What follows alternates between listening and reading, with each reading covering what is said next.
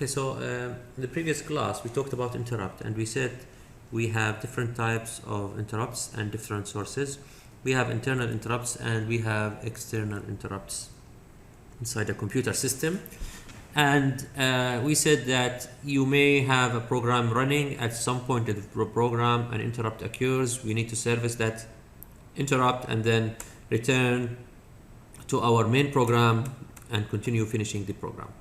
Now again, the interrupts service routines, just remember they are very small instructions, يعني very small in numbers.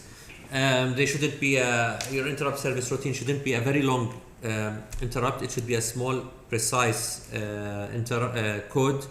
There are no delays, no waits, no floating point calculations inside your interrupt. Inside your interrupt. Okay, that's better. Can hear me, right? Yes, we can. Okay, good. No problem. So we were talking about interrupts, and we said that the interrupt service routines, they should be very small programs. You cannot use long programs for interrupt service routines. The interrupt service routines will have no delays, no waits, and no floating point operations. Floating point operations are very long operations. Usually our interrupt service routine is quite a small and very fast interrupt. So when we talk about the interrupts associated with a timer 0, just a reminder, when I talked about this in the previous class, we said that if we open any of the microcontroller data sheets, we are going to find different interrupt vector sources. These vector sources are the interrupts that we are interested in. Again, if I open any of the different types of microcontrollers they are using, if we go for the interrupts, the first thing you are going to find is your interrupt sources. You can see here this is the ATmega16. In the ATmega16 we have 2 external interrupts. I think in the ATmega32 it was 3 external interrupts. But let's talk about timer 0. Timer 0, we have the timer 0 overflow interrupt over here. Timer counter 0 overflow, which is the interrupt over here. We have for timer 1 also overflow, for timer 1 also overflow, and compare B, compare A, and then we have timer 2 overflow and timer 2 compare, and here we have timer 0 compare match. So we are interested mostly in timer 0, so we are going to talk about it. As you all know, and I have explained earlier, we have the timers. The timer will start counting from 0 up to FF, and it will take its time until it counts, and as we reach the maximum, every time we reach the maximum, an interrupt will happen, which is the overflow interrupt. Okay, overflow for timer 0. Every time an overflow, when something is full and it overflows, we have called overflow. All rollover, when it reaches to the maximum and goes down to 0, it's called rollover. Now similar to what we said last time, if we have a 16 megahertz clock with a prescaler 1024, we can create an interval of 16.38 milliseconds. That's assuming that we can that this is the time that we need to count from 0 up to 255 using a 16 megahertz frequency with a prescaler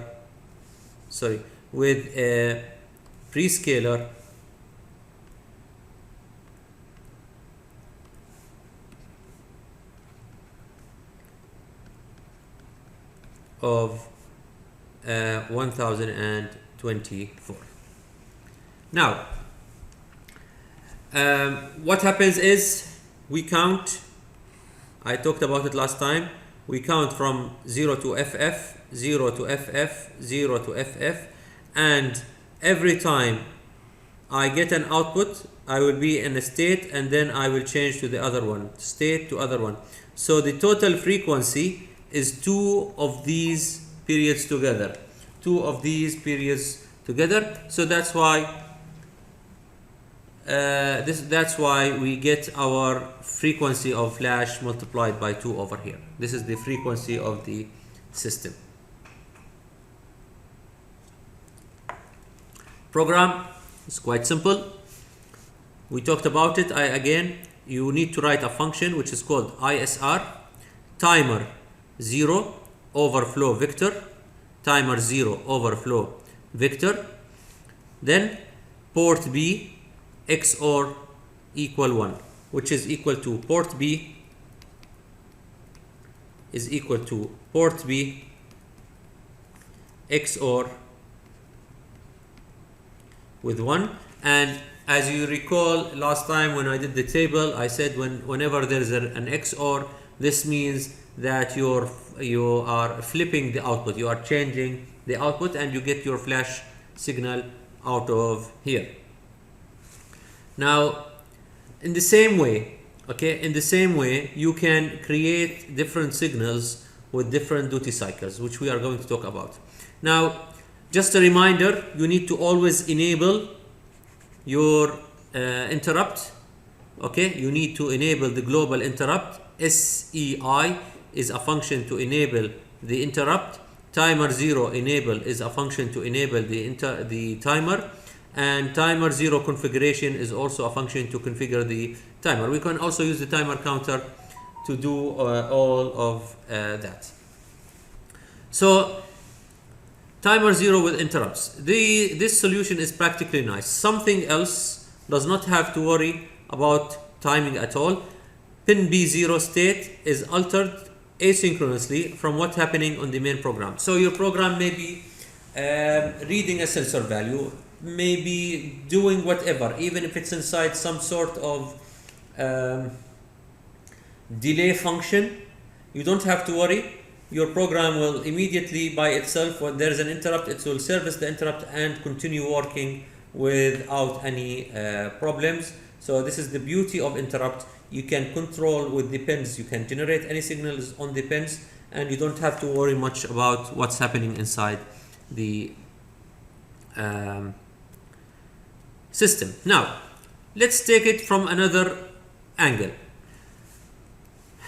Our interval is 16.384 milliseconds.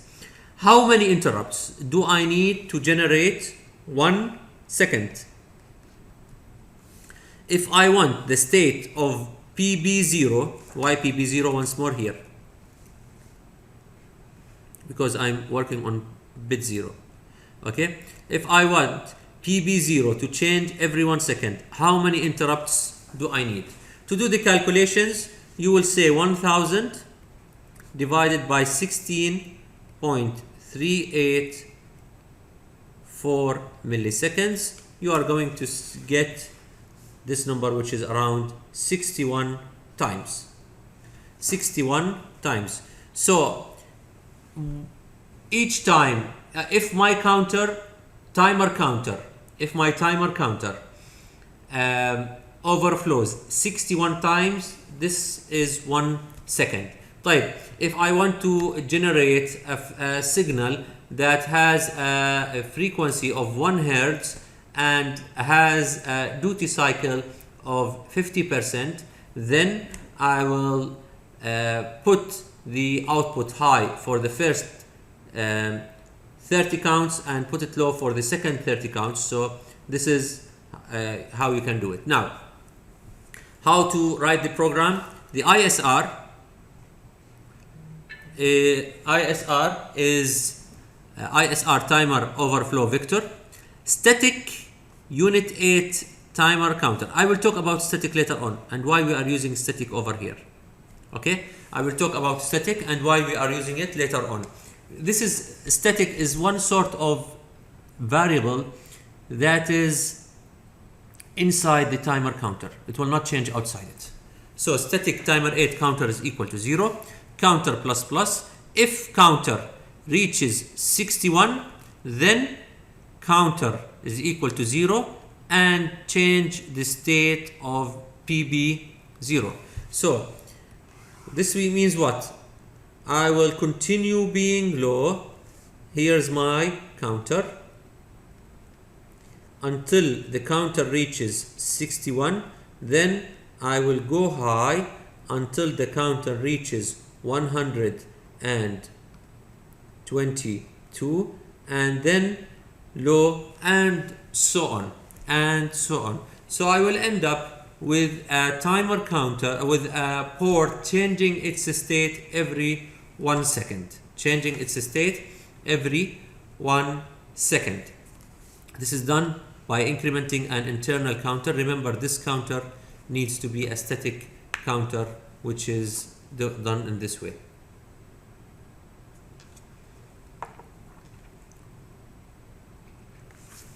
Now the initialization counter is equal to 0, and then we set our prescaler, we enable the timer, we enable the global interrupts. Now this counter equal to 0, over here, this value should be outside the interrupt service routine, because you don't want to get the counter equal to 0 every time you run into the program. The counter should not be equal to 0 every time you go into the program. It should be initialized one time as equal to 0, and then that's it. And its initialization is over here in the main program. So, what is the frequency of flashing? It is 0.5 hertz. ليش 0.5 hertz? Like I said earlier, every 61 counts, I am changing the frequency. Every 61 counts, I'm changing the frequency. 61 counts. This is the period from here to here. So this is 22. This is 122. Now the total period will equal to 61 multiplied by 2 multiplied by 256 multiplied by 1025 divided by the frequency. It will give you 0.5 hertz. Our time is equal to 2 seconds, and the frequency is equal to 1/2, which is equal to 0.5 hertz, as you can see it over here. So this is how you deal with the frequency and duty cycle. Interrupts and timers. Before I go forward anymore, assume that my microcontroller example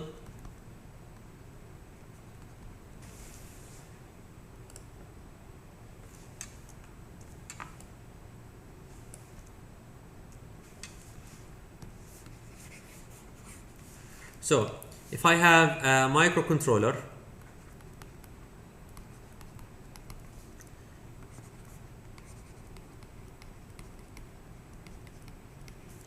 is running at a frequency of 8 megahertz with a prescaler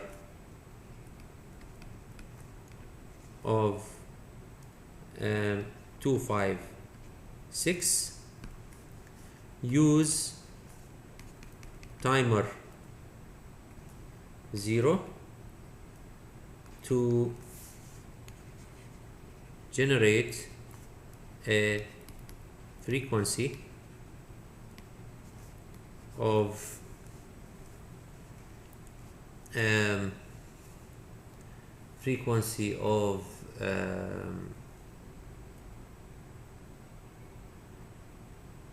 I hope my numbers will be right, a frequency of 800 millihertz, 800 millihertz, 800. Okay, 800 millihertz.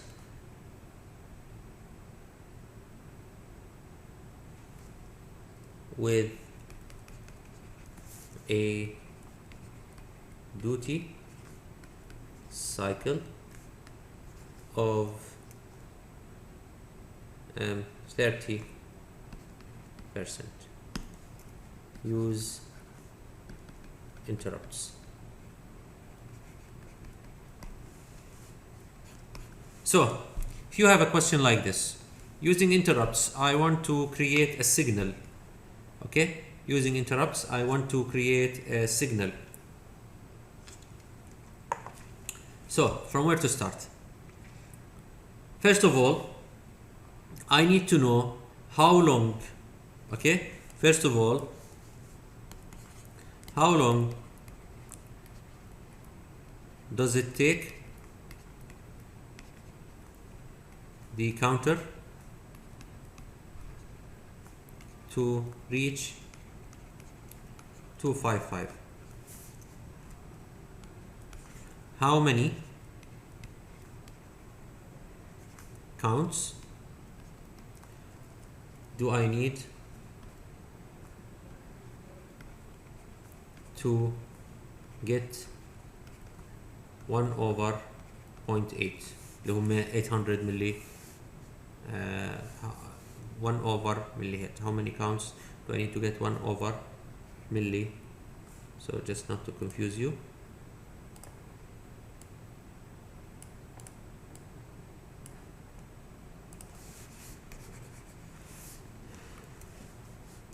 one over 800 hertz, millihertz, sorry, millihertz.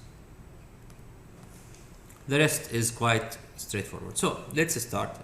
So to start, we will say that the time for each count will equal to time for each count is equal to 256 multiplied by the frequency, which is multiplied by 1 over the frequency. Okay, so the frequency f is equal to 8 mega divided by 256. 8 mega divided by 256. So the time over here will equal to 256 multiplied by 256 divided by 8 mega hertz. So if you do the calculations, I don't have my calculator, so we'll use here the calculator.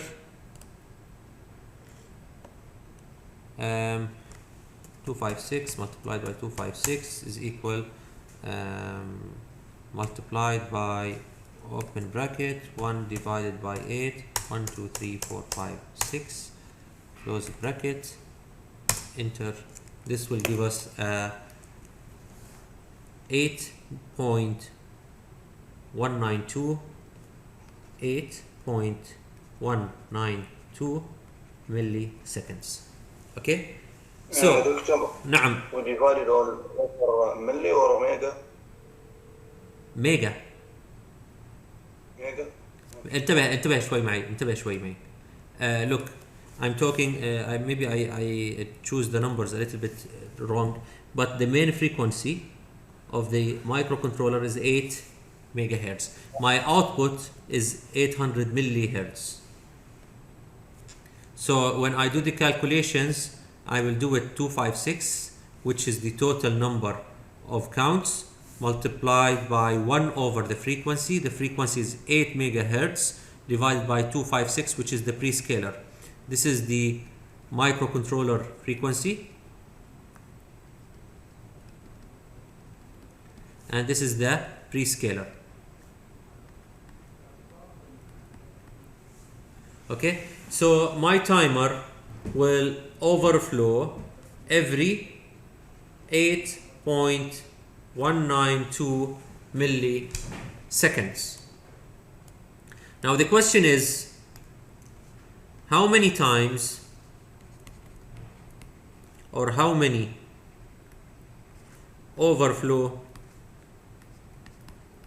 signals do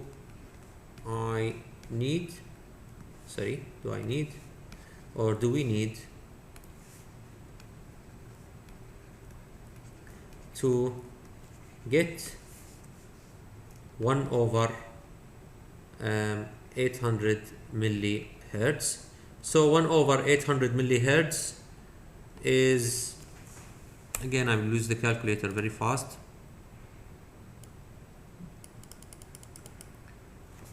1 divided by 0.8, 1.25 seconds to get 1.25 seconds. Okay, so 1.25 seconds is our frequency, so 1.25 seconds.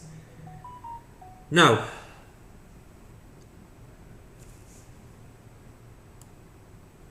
the answer, so we have 1.25 seconds divided by 8.192 milliseconds. This will give us تقسيم 0.0008192,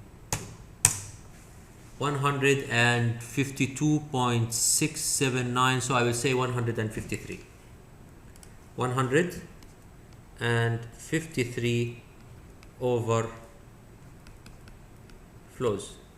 Okay, 153 overflows. So my total, to get the whole idea right, my total signal, my total time t I will not say t, my total period is 153. Now this period will be divided into two sections. One section for time high, one section for time low. So time high will equal to the duty cycle multiplied by total time.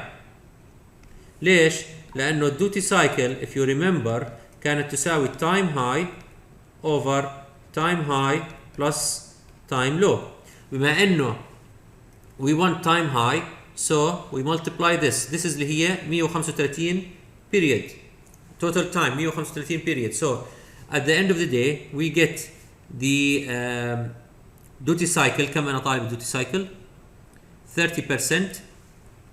طبعا 30% you don't write it 30%, you write it 30 over 100, which is 0.3 multiplied by 153. We end up with again the calculator 25.8. So I will say 26 for time high and 45. Okay, so I will say 46. So the total time low will equal to 153 minus 46, which is 109.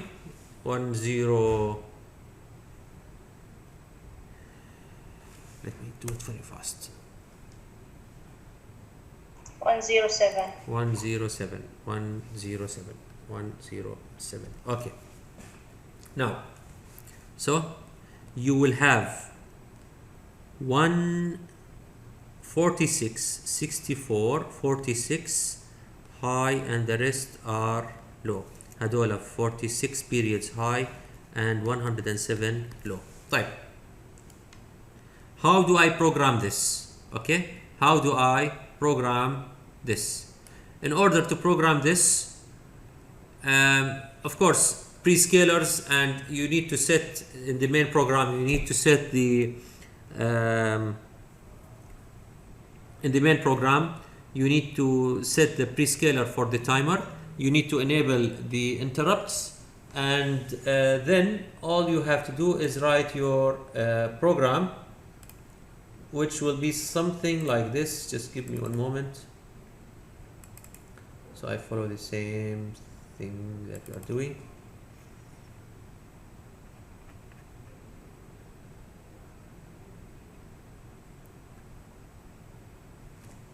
So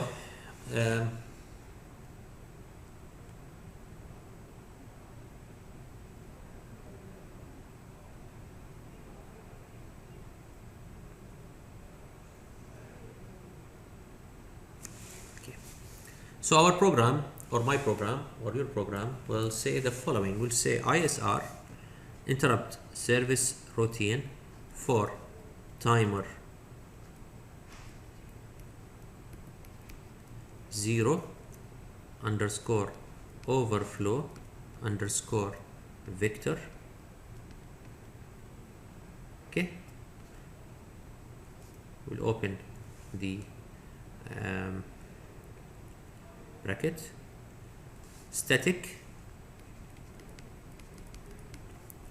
unit 8 underscore t counter is equal to 0. Once more, I prefer to put this one before the timer and put it as a global variable outside both functions. Keep it outside both functions. So I can do it here. I will tell you why, because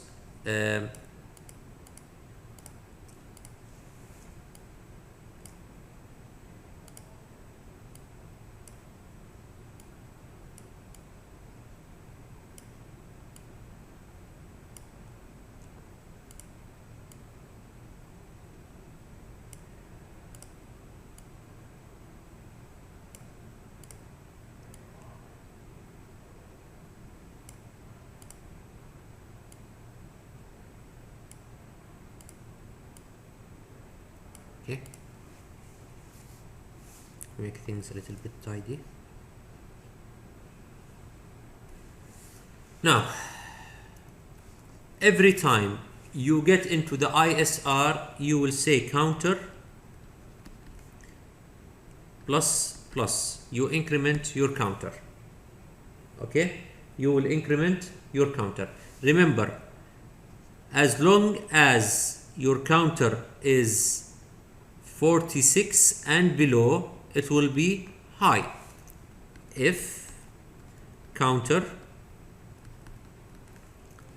is greater than or equal to 0 and counter is less than or greater than 0 and less than 47. Let's say we are trying to put the output on port B. Port B is equal to 0xFF. Else, if counter is greater than or equal to 47 and counter is less than 100 and less than or equal to 153, port B is equal to 0x00, which is low. طبعا هاي else if. Okay, this one is else if, should be like this, else if. Finally, else if counter is greater than 153, counter will equal to 0. Reset the counter. And that's the end of your ISR. So what we did over here is the following.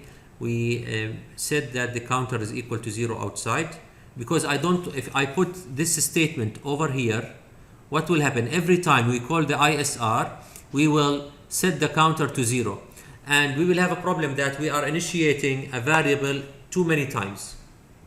We will have a problem that we are initiating a variable too many times. So instead of that, we put it outside the function. We initiate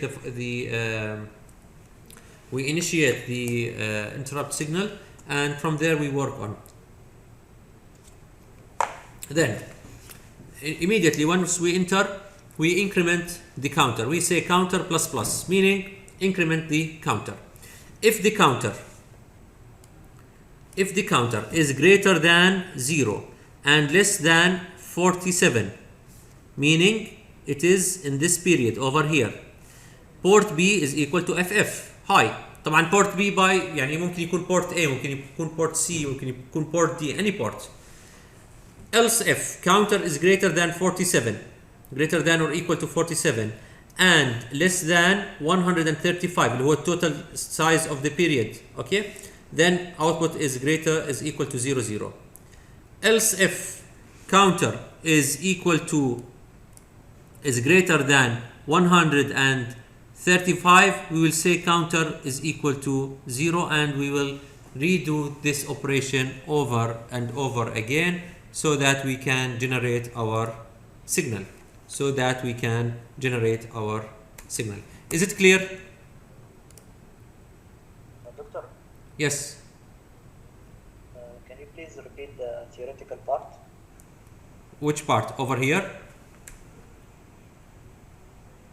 No, الكود اللي انت سويته والcalculation. Okay.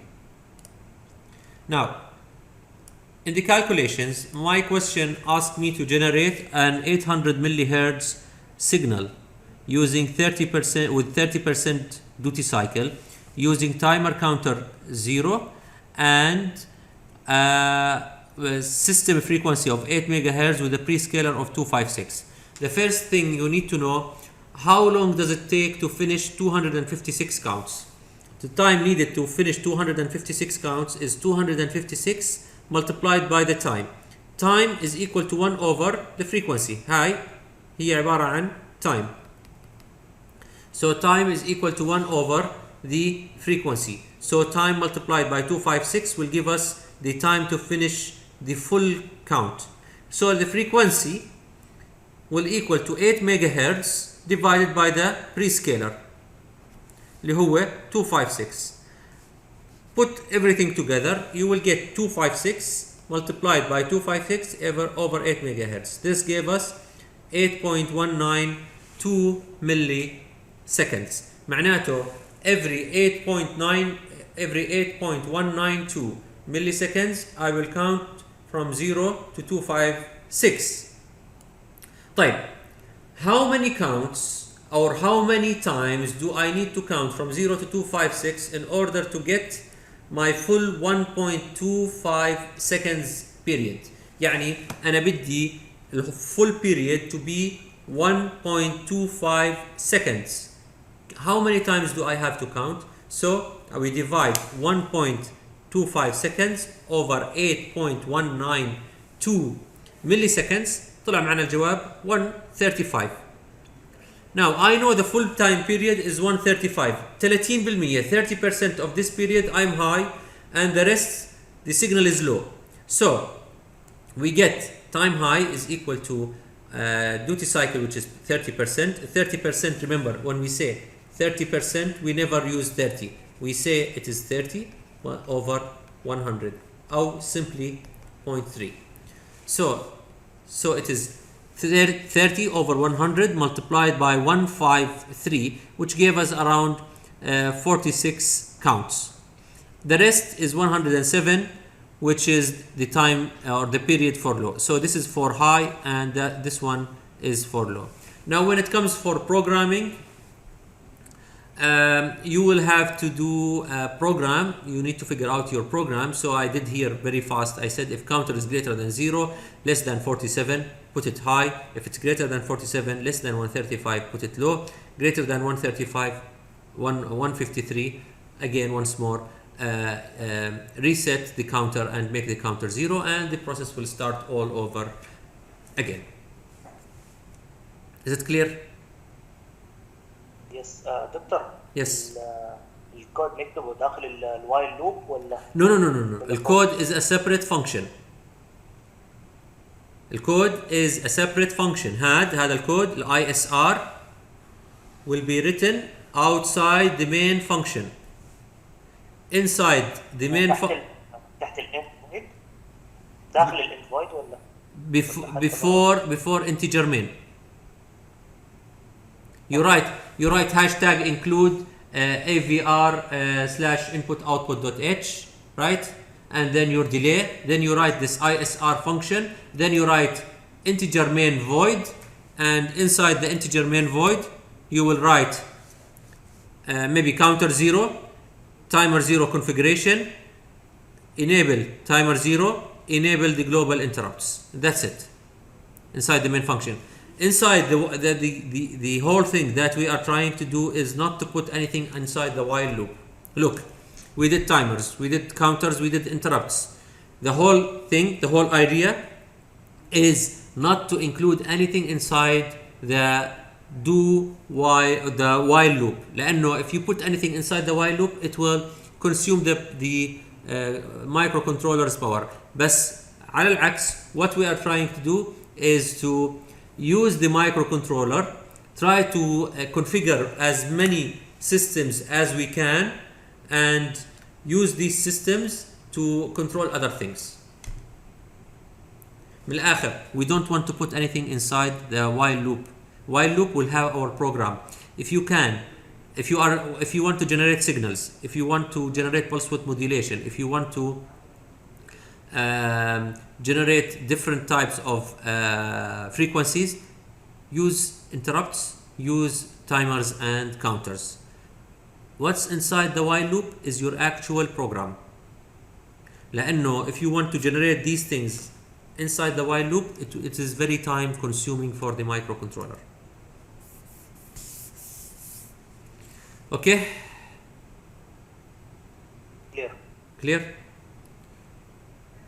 Okay, so let me stop here today, and we will continue on this inshallah on tomorrow. We have a class, right? We will continue on this tomorrow and try to finish up the interrupts.